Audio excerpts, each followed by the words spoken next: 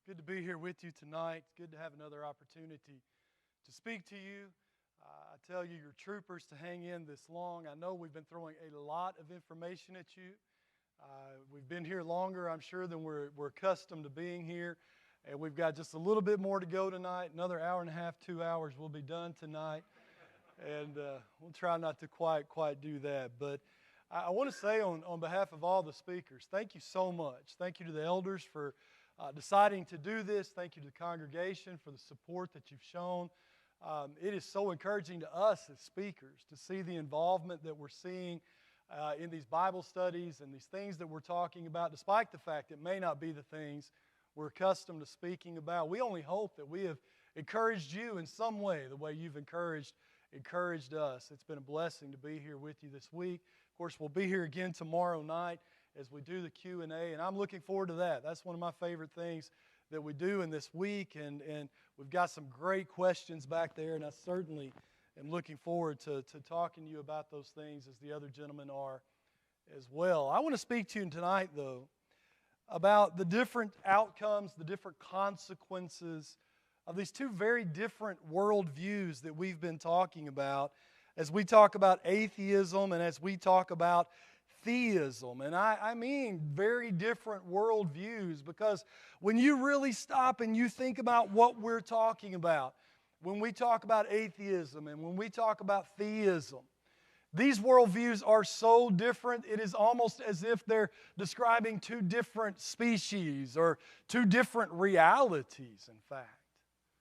And I think it's important for us to stop for just a moment and kind of ask ourselves, well, why are they so different? And I think there's some very important distinctions that we need to notice. I want to plow a little bit of ground that Bruce touched on last night, because I think it's just important enough for us to go back and to really think about these things with you. But as we talk about an atheistic worldview, we're talking about a worldview that relies on undirected occurrences, these random accidents, if you will, that kind of somehow produce order, which is something that, if we were talking about anything else, everybody you know would say, well, that doesn't make sense. But when we talk about the world coming to be, the universe coming to be, you and I, humanity, life coming to be, suddenly we're expected to believe that that's how it happens. We see a system, a way of thinking, a worldview that presents humanity as just a recent descendant of the simplest of organisms. And we're told that really our only purpose, as a matter of fact, this is the only purpose that any life has, is to reproduce and further the species. And the only thing that life is really centered around are those things that help propagate the species. So finding food, reproduction, defense of the species. Somehow we're just a part of that chain of events. Then you have the biblical worldview. You could not be more different, could you? The biblical worldview presents humanity in particular as the purposeful design of an intelligent being. The biblical worldview says that you and I are more than just this material husk that's going to rot away one day, that's going to cease functioning and rot into the earth. Instead, we're a tripartite being made in the very image of our Creator. And what this does for us, it gives us reason for our existence. It's something we're going to talk about a little bit tonight, because I think it's so important that we recognize and understand not only that there is reason for our existence, but that it only makes sense that there is reason for our existence. And that goes far beyond the material. I think we'll notice some things tonight that will help us to understand that, maybe help us to share and communicate that as well. These two worldviews, and again, Bruce mentioned this last night, but we're going to dig in a little more. They give us two different concepts of morality. The atheistic worldview, the godless worldview, the worldview that depends on the evolutionary process that leads to you and I, these random, unintentional occurrences that kind of came together to form us, gives us absolutely no foundation for objective morality. How can you have objective anything when everything was an accident? When there's nothing greater than the individual, there's nothing outside of you and I. You cannot have objective, really anything, but certainly not an objective morality. Material, non-material concepts such as good or evil. They have no objective basis in an undirected world. And so any definition applied to them has to come from our own personal biases. In other words, good has to be whatever I like, and bad or evil has to be whatever I don't like, and there's really nothing deeper that we can dig out if the atheistic worldview is correct. If we're just the product of this randomness, these accidents that occurred. I guess morality has to be what seems best for self in the moment, or it has to be an equally illogical claim that objective standards were the product of a community of biased thinkers. And we'll touch on that in just a moment. Theism presents something very different. In theism, there's something outside of us, isn't there? Not only is there something outside of us, we acknowledge there's something greater than us that's outside of us. There's a standard that we can point to, a standard that we can appeal to. And so you have a foundation, a basis for an objective morality. Now, I am not saying, and I appreciate Bruce pointing this out last night, I'm not saying that theists or Christians always meet that standard. We don't, do we? If we did, we wouldn't need to be here, would we?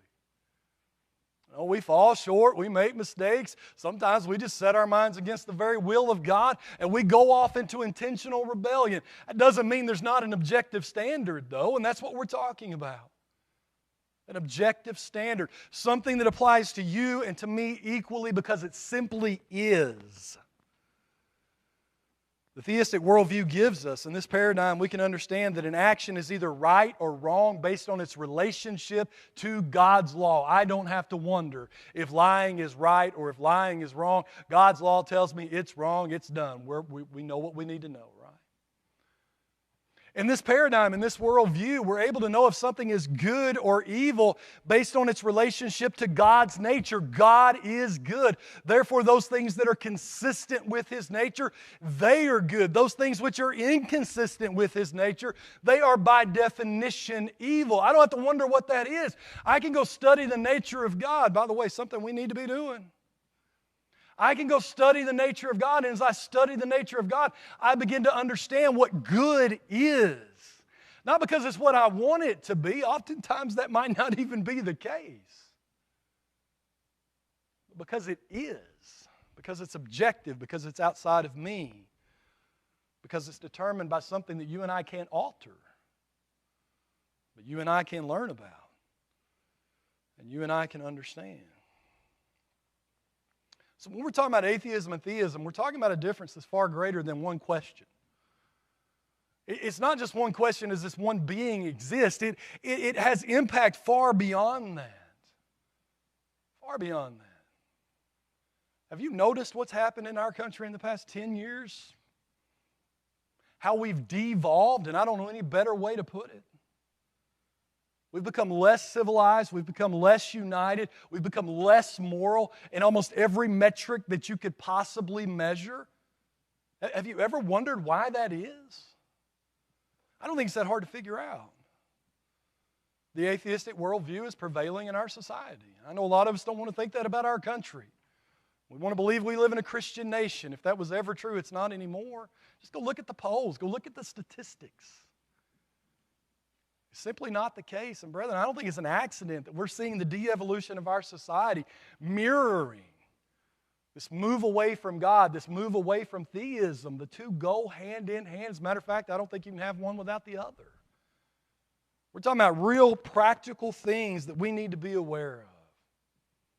Let's define some terms before we go any further. Shawn, what are you talking about when you say theism? Well, theism is the belief in the existence of a God or gods. Specifically, and I'm going to talk about the biblical worldview a lot tonight. And this is what I'm talking about. A belief in the existence of one God viewed as the creative source of the human race and the world who transcends yet is immanent, the creator of the human race and the world who transcends yet is immanent in the world. The God of Scripture that exists. That's what I'm talking about when I talk about the biblical worldview. When we talk about atheism, we're talking about a disbelief in the existence of deity. I heard someone the other day, because of this idea of new atheism, this much more militant concept of atheism. He said, I guess I'm an atheist, he said, but I really don't care what you believe. Maybe I'm more of just a non-theist. I just don't believe God exists. And then you've got the new atheist. And new atheism is characterized by a materialistic naturalism. It's the idea that the only thing that exists is matter.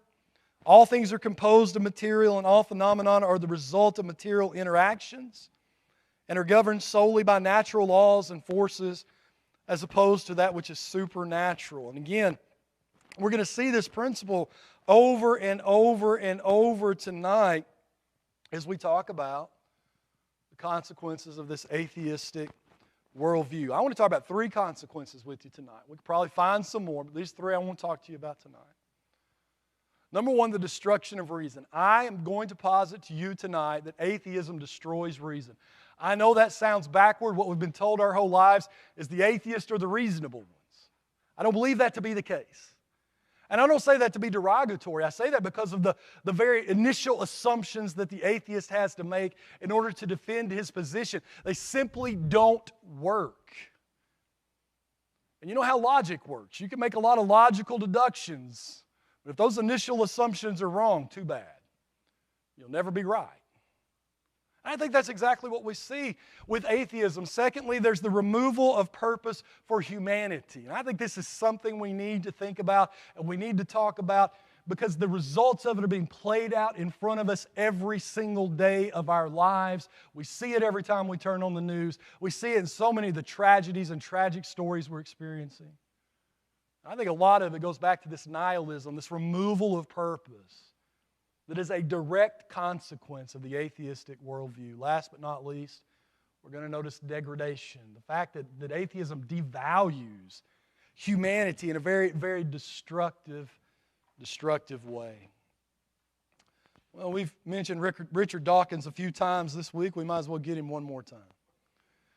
Richard Dawkins, in his book, The Enemies of Reason, talking about people like you and me, he wants to say that reason has built the modern world. And that's an interesting quote, especially if you go back and you try to understand what Richard Dawkins is talking about when he talks about reason. As he's talking about it, it's this idea that is based on a materialistic philosophy. All there is matter.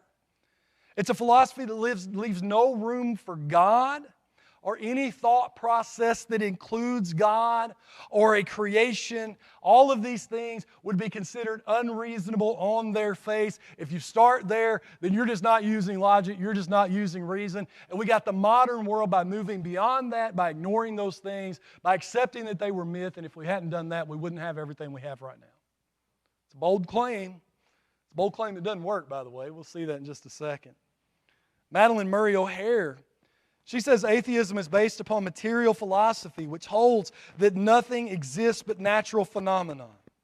There are no supernatural forces or entities, nor can there be any. Nature simply exists. She goes on to say the atheist must slice through my favorite word I'm going to say in this whole sermon, must slice through all the obfuscation to bedrock, to the basic idea that those who regard nature as primary and thought is property or function of matter belong to the camp of materialism, and that those who maintain that spirit or idea or mind existed before nature or created nature or uphold nature belong to the camp of idealism. All conventional religions are based on idealism. And the reason I love this quote and the reason I put it right after Richard Dawkins' quote is because she kind of gives away the prize here. Notice she wants to not do any obfuscation, but guess what she does? She mentions the mind here. Now, she wants to tell us that everything that exists is simply the process or the result of natural processes, and that there's nothing greater, there's nothing beyond, and if you're even looking for anything greater or beyond, then you're not reasoning, you're appealing to idealism. Richard Feynman, he says something similar, he just says it more simply because that's what Richard Feynman did, right? He says all things are made of atoms, and everything that living things do can be understood in the terms of jigglings and wigglings of atoms. I could have found another quote, but I wanted to say jigglings and wigglings in the pulpit, because you just don't get to do that very often. No, actually, I love this, because it sums up everything Dawkins is trying to say. It sums up what Madeleine Murray O'Hair is trying to say, and it sums up the key problem that they have. Everything that exists because of the jigglings and the wigglings of atoms. Where did your mind come from? Now, I've heard this question posed by theists in debates with atheists on some pretty high-level debates, and they do the same thing every time. They immediately answer a different question.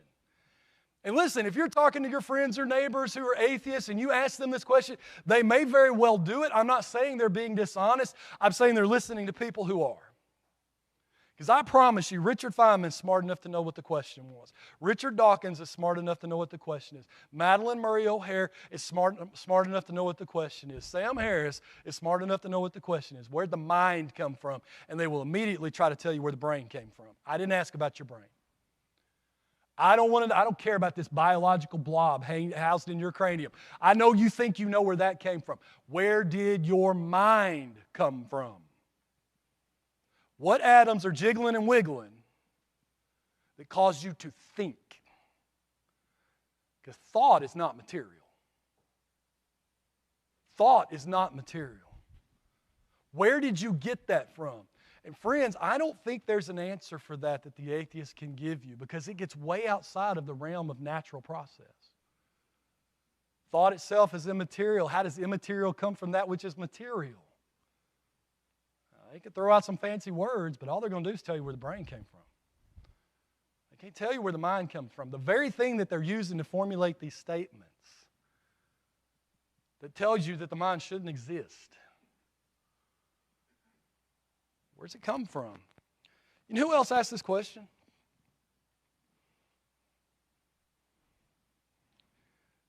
This guy named Charles Darwin. He said, with me, the most horrid doubt always arises whether the conviction of man's mind, which has been developed from the mind of the lower animals, are of any value or at all trustworthy. Would anyone trust in the convictions of a monkey's mind if there are any convictions in such a mind? Charles Darwin is saying the same thing that I'm saying. He's saying, listen, I've come up with this theory that I think might possibly explain how the brain came to be, but I can't figure out why that brain works the way it works so I can come up with a theory. The theory was all about removing God. The theory was all about not needing God, and a whole lot of racism, as we saw earlier this week. And yet, even as he comes up with this theory and he sits back and he reflects on it, he says, I've got a problem. Can monkeys reason? Not in any reasonable way. So why should I trust the reasoning of my own mind since I can't explain where it came from? I think that's a valid question. I think that's a problem for the atheist. The atheist appeals to reason as the ground of their position. This reasoning leads them to naturalism. But what explanation can naturalism offer for the ability to reason? They're in a loop here, they're in a circle, and they can't get out of it. They can't get out of it. See, these initial assumptions are wrong. These initial assumptions are flawed. These initial assumptions don't account for all the data. You can be as logical as you want after that. You're still wrong. You're still wrong. Carson Wittnauer talks about this. He says, if human reasoning evolved naturally, it's because it helped human beings survive and reproduce. Does this give us any basis for trusting our reasoning ability when it comes to questions of cosmology or quantum mechanics or neuroscience? Not at all. At best, our cognitive faculties would be reliable when it comes to finding berries or using a spear against an enemy or doing something to attract a mate.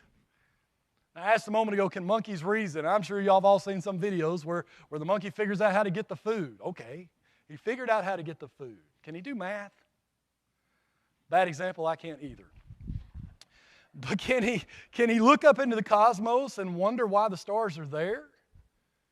Can he posit a theory and then begin to explore that theory and begin to try to understand the truth behind that? No, he can't do any of that. Why can we? If the atheistic worldview is correct, if you and I are just the product of random chance that came together, these material forces that kind of conspired together with absolutely no direction, accidentally produced us. And all that exists is material. It's all the product of wiggling and jiggling of atoms. Why are we able to think and reason on the higher level that we're able to think and reason? What good does it do us if all we're here to do is reproduce and make sure the species survives? What is the value of abstract thinking? You ever wonder about that? I've lived in Amarillo, Texas for going on 8 years now, and I moved there from a beautiful river valley in the state of Arkansas where there were green trees and waters and grass and all kind of cool stuff. And I remember driving out to Amarillo the first time, and we got west of Oklahoma City, and I looked at my wife. I said, "Don't worry about packing, babe. I ain't moving out here.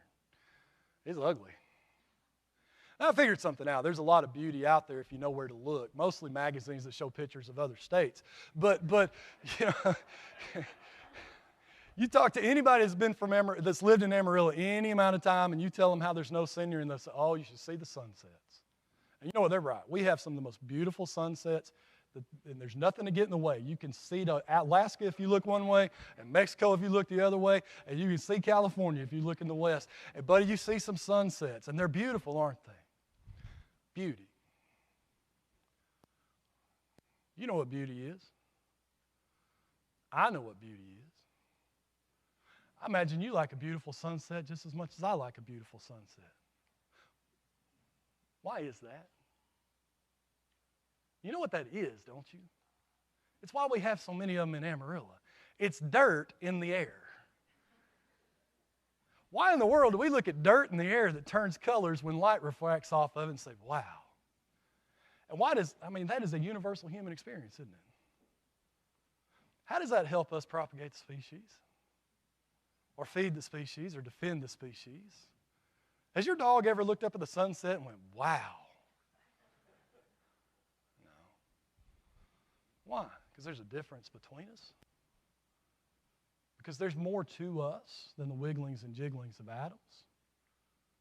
Because we have a purpose that is greater than all of these things. What possible solution or answer can naturalism offer for an abstract concept that's universal in humanity, by the way, as the recognition of beauty? It's a pretty simple thing to ask, isn't it? You know what? We could ask that question about love. We could ask that question about a lot of different things. It all makes sense if you have a biblical worldview. We're intended to think abstractly. Why? Because I can't see God. God is not a formula. God is not a structure. He's a being that exists. He exists in a realm that I don't exist in. If it's not for the ability to think abstractly, I can't come to know Him in any way. The biblical worldview gives abstract concepts such as morality and logic. We're going to talk about that in just a second. A very solid foundation. And oh, by the way, we're not left to guess or discover these concepts. They're actually revealed to us, which makes a lot of sense. If there is a Creator who has a purpose for us, you think you might want to share that with us. Tyler's done a really good job showing us that we can trust the book we hold in our hands is exactly that. It's exactly that. Everything's the result of the wiggling and jiggling of atoms. Let me ask you something. Where do the laws of logic come from? Now, this is a lot like asking, where does the mind come from? Again, every time, and I've watched a lot of debates between theists and atheists, every time this question gets posed, because a lot of theists ask it, every time I've seen it, the atheist has responded by changing the answer, changing the question. Listen to the question, where do the laws of logic come from?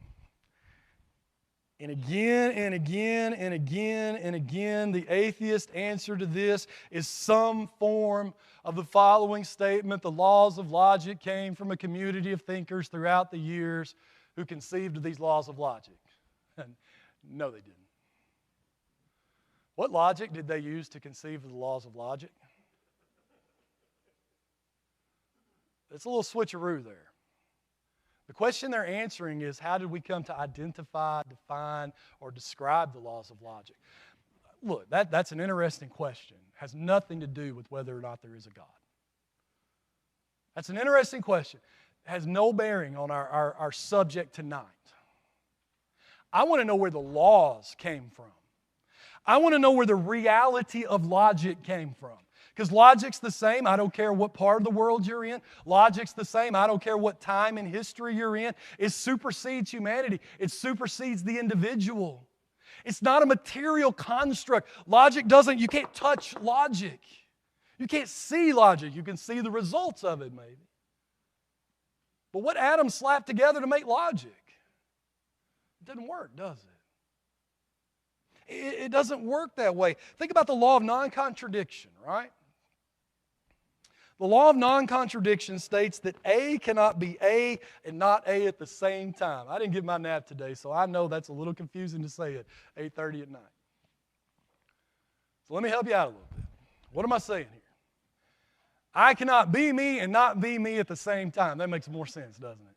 I can't be me, Shawn Chancellor, and be Tyler Sams at the same time, although he's lost his hair at such a rate that he's catching up to me, right? I cannot be me and not be me at the same time. I think everybody understands that, right? I either am or I'm not, right?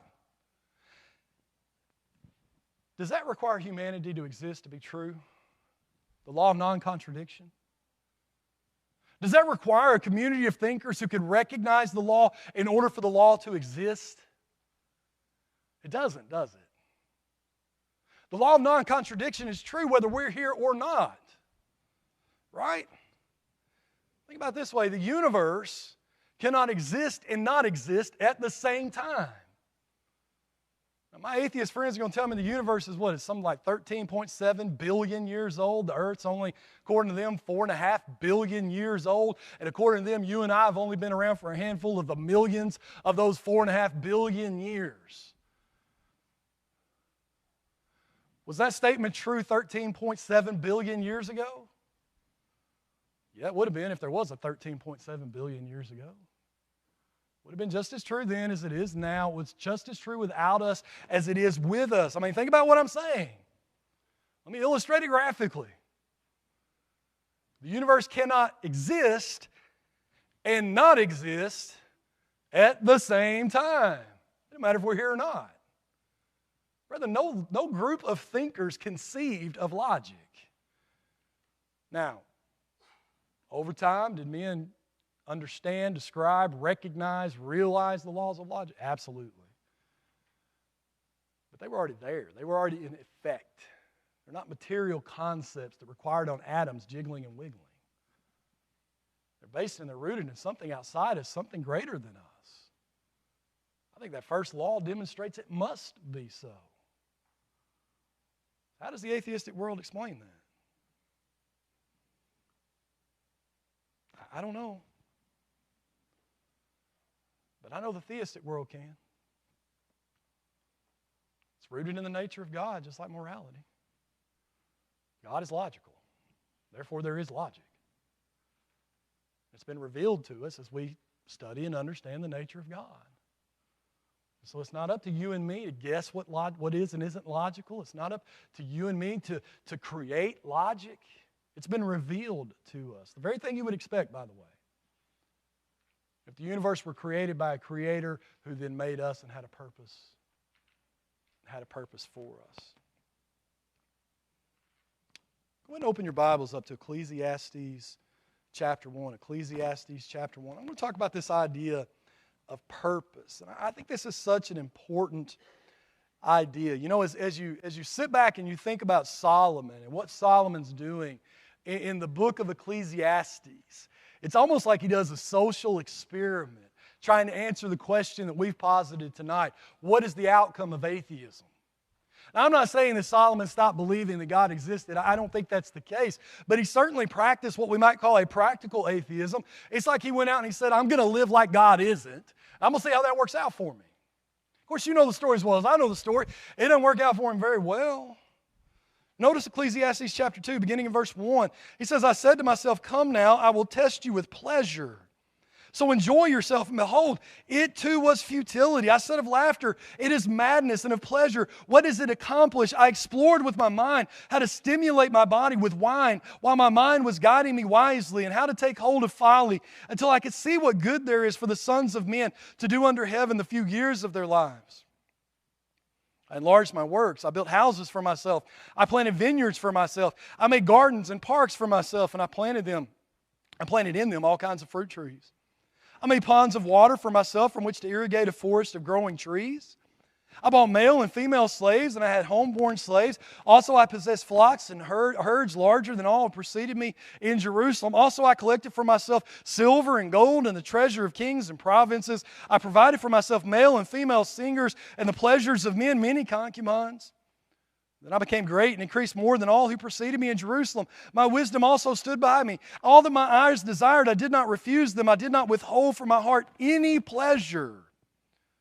My heart was pleased because of all my labor, and this was my reward for all my labor. Thus I considered all my activities which my hands had done and the labor which I had exerted, and behold, all was vanity and striving after wind, and there was no profit under the sun. He says, I'm going to live as if there is no God, and I'm going to see what I see. And he set out to do it, didn't he? And he was really uniquely suited to do it to a degree that I think none of his contemporaries possibly could have.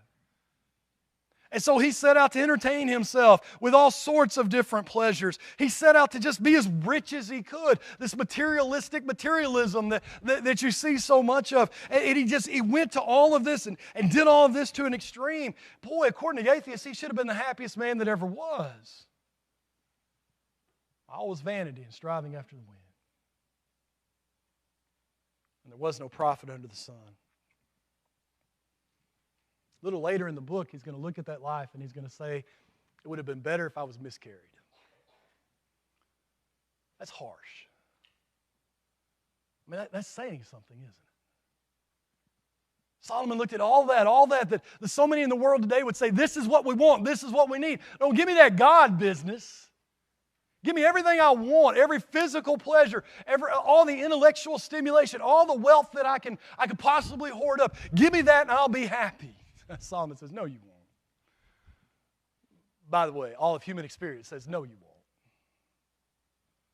No, you won't. Why? Because it's not why we're here. You know, he sums up the whole book, doesn't he? What's our purpose? What are we here for? Why did God create us? To serve Him. To keep His commandments. To draw closer to Him. Somebody says, what does this have to do with atheism? Well, the American Atheist Center talks about morality. It says an atheist believes that only in a knowledge of himself and a knowledge of his fellow man can he find the understanding that will help to a life of fulfillment. Only in doing what Solomon did will we find a life of fulfillment. Solomon says, did it, guys? Not so great. Not so great. Frank Zindler. Again, the atheistic version of morality is doing what makes me happy as long as it doesn't get me hurt, essentially is what they're saying. Frank Zindler says, the person who practices enlightened self-interest is the person whose behavioral strategy simultaneously maximizes both the intensity and duration of personal gratification. An enlightened strategy will be one which, when practiced over a long span of time, will generate ever greater amounts of varieties of pleasures and satisfaction. And I love this phrase. He says the enlightened strategy, the intelligent strategy, the wise strategy is the one that will center itself around pleasure and gratification. And if you're truly enlightened, what you're going to do is you're going to intensify that. And Solomon says, yeah, no.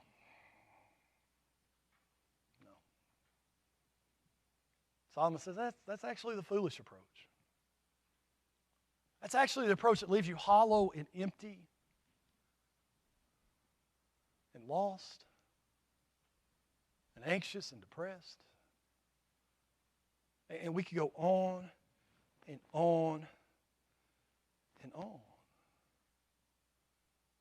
Solomon talks about who we are if this is what we are. We're just dirt going back to dirt. We're just dirt going back to dirt. Now, I want you to turn over to Romans 8 with me. The Apostle Paul shows me something a lot different than dirt going back to dirt. Romans chapter 7, Paul talks about the man who's rejected the gospel and is seeking salvation, seeking the forgiveness of his sins through some other means, the law of Moses perhaps. And that man cries out, "Wretched man that I am." See, that man who's rejected Christ, that man who's not seeking the forgiveness that God offers through the grace of Jesus Christ, has much like Solomon rejected his purpose. He's not serving God and keeping His commandments. And so there's nothing good in him, he says. But then I come to Romans chapter 8, and there in verse 1, and what do I find out? There is therefore now no condemnation for those who walk in Christ Jesus. And you do a little reading in those next few verses, and when he talks about being in Christ Jesus or walking in Christ or walking in the Spirit, he's talking about those who take the gospel and live by it. Those who say there is a God, and I want to find Him, and I want to serve Him, and I want to love Him, and I want the redemption only He can offer me.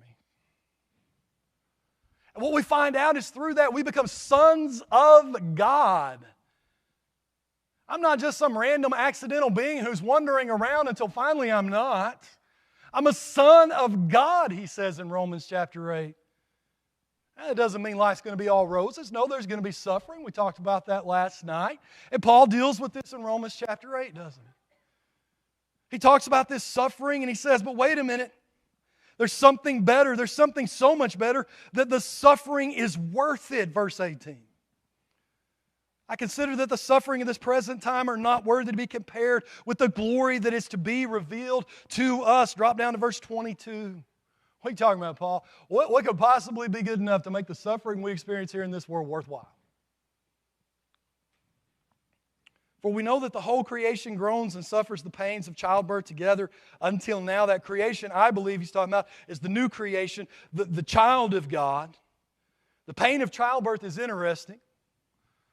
The King James calls that travail. It's pain with a purpose. Pain with a purpose. In other words, it's a temporary negative in pursuit of a great positive. And he says the creation, all of God's people are suffering, we're groaning, we're in pain now. But it's temporary.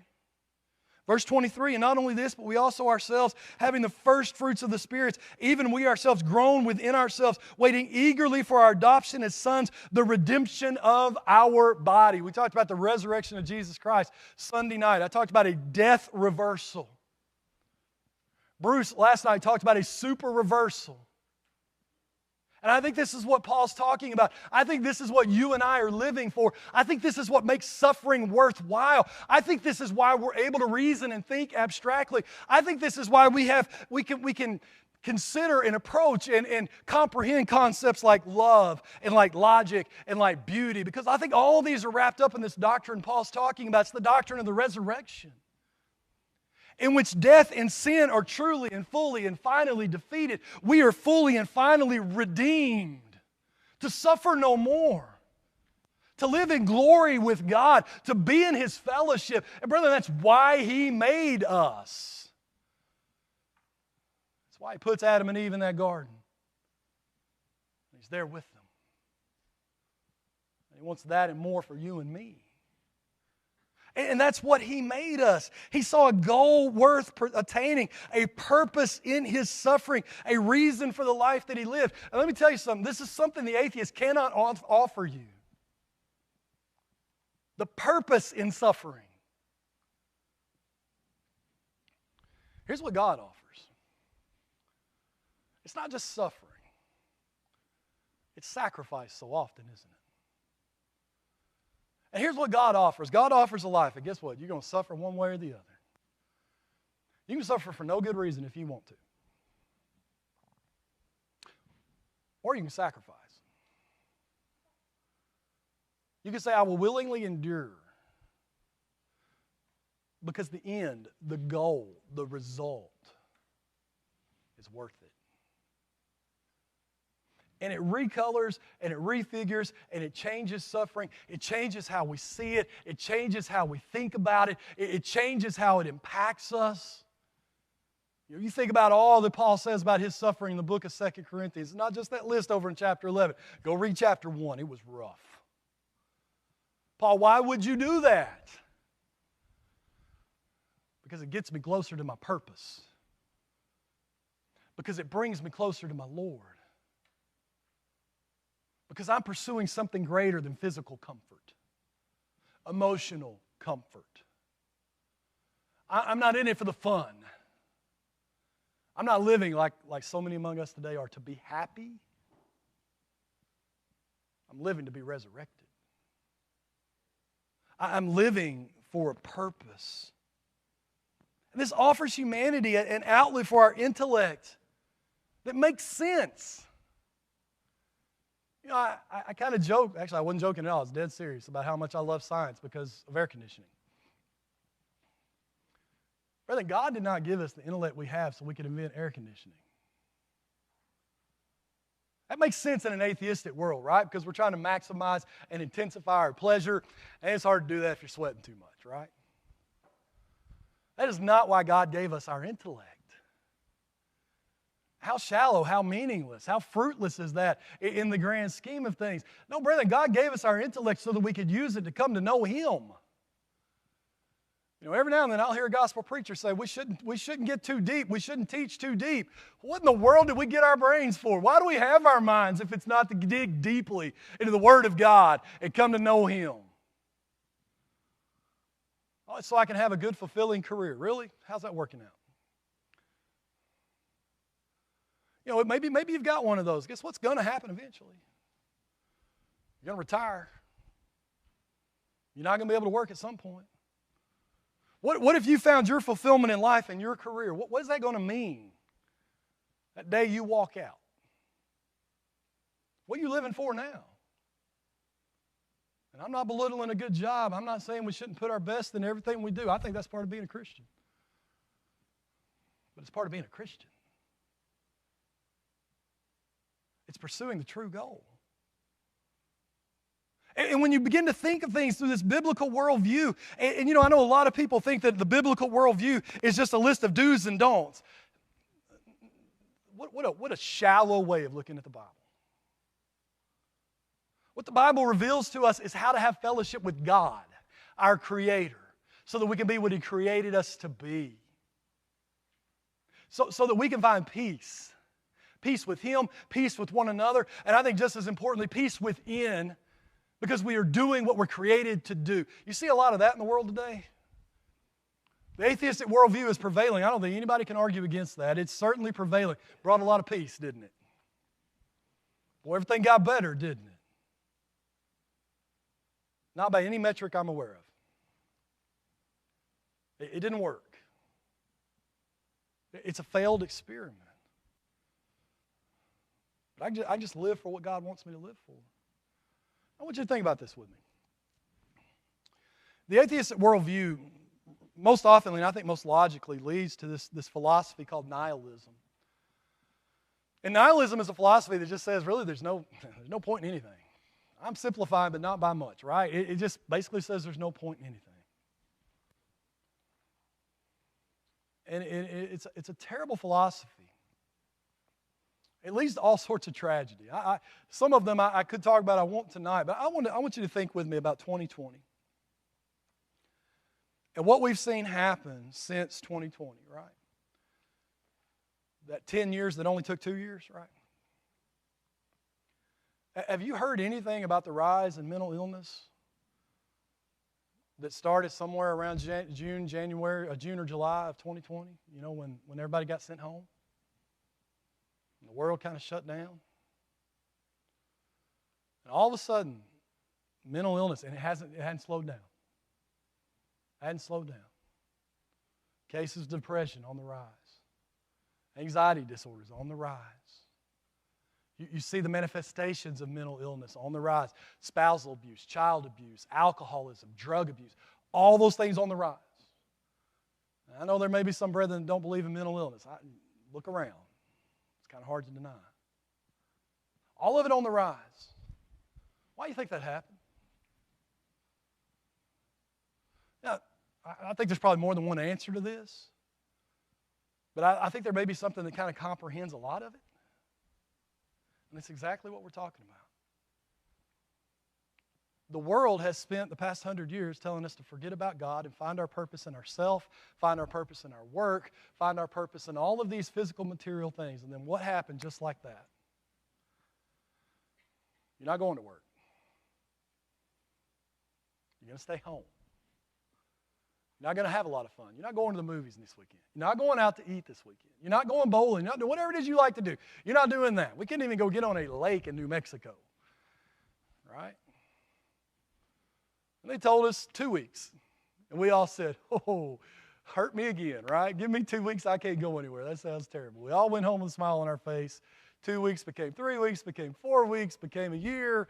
Some places just now letting up, 2 years. 2 years, they took away everything that they told you should bring purpose to your life. And guess what happened?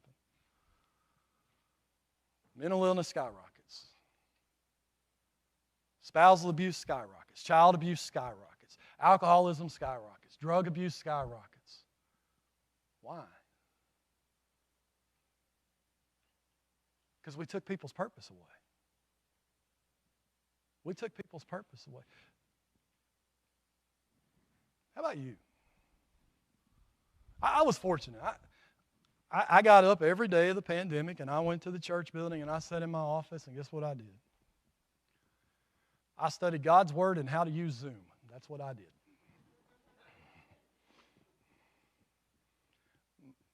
My purpose didn't change. Somebody says, well, yeah, you're a preacher. That's what you're supposed to do. What'd y'all do?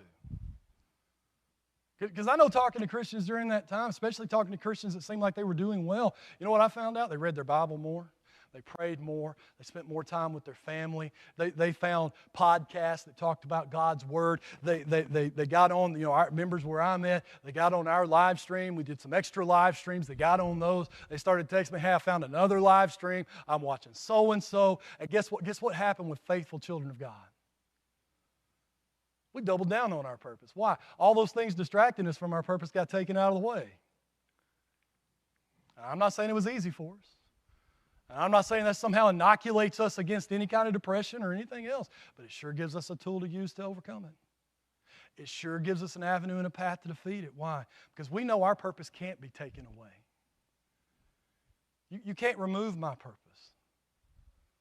Because my purpose is serving God. My purpose is eventually going to be with Him. And the worst thing you can do to me here is send me there. Okay. What does the atheist have?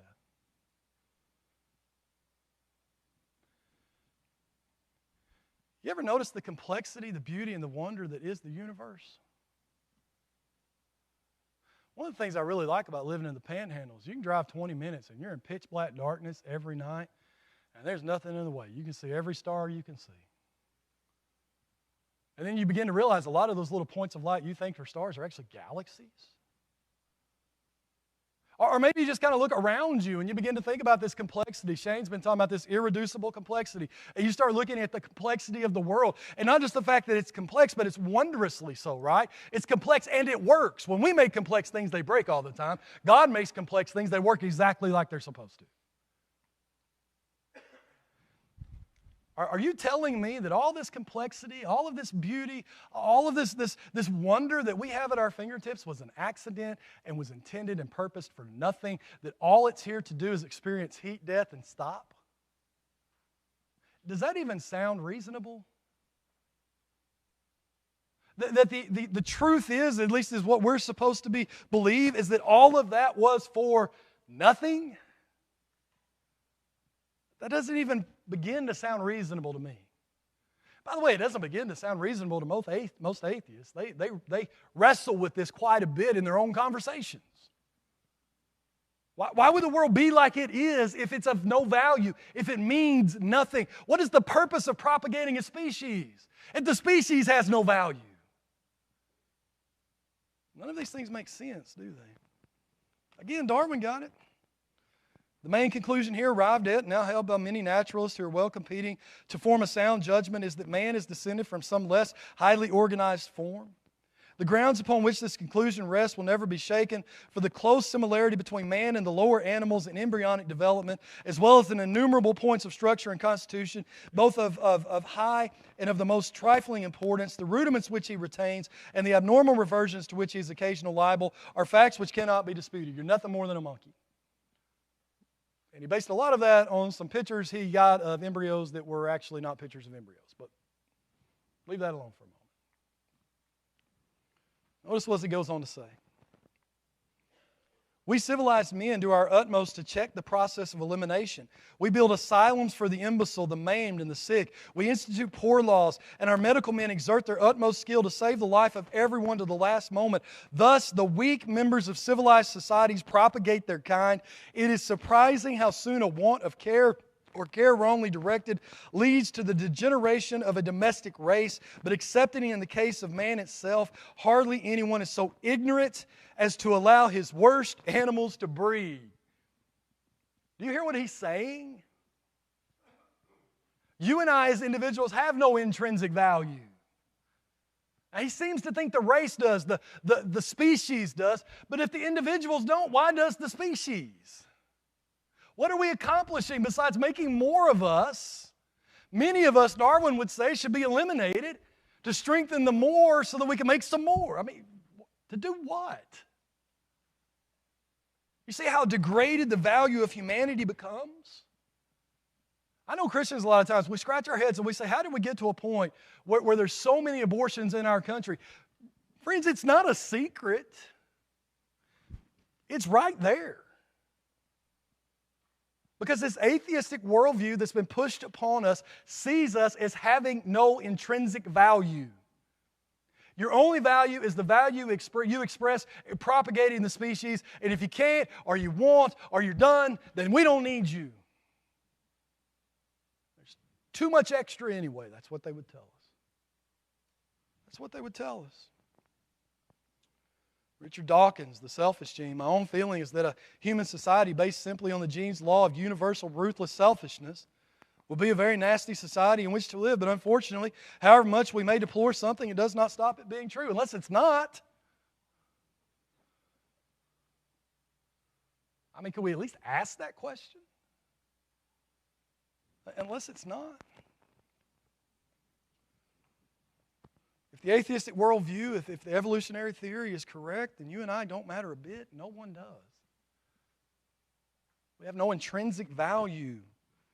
But then there's the biblical worldview.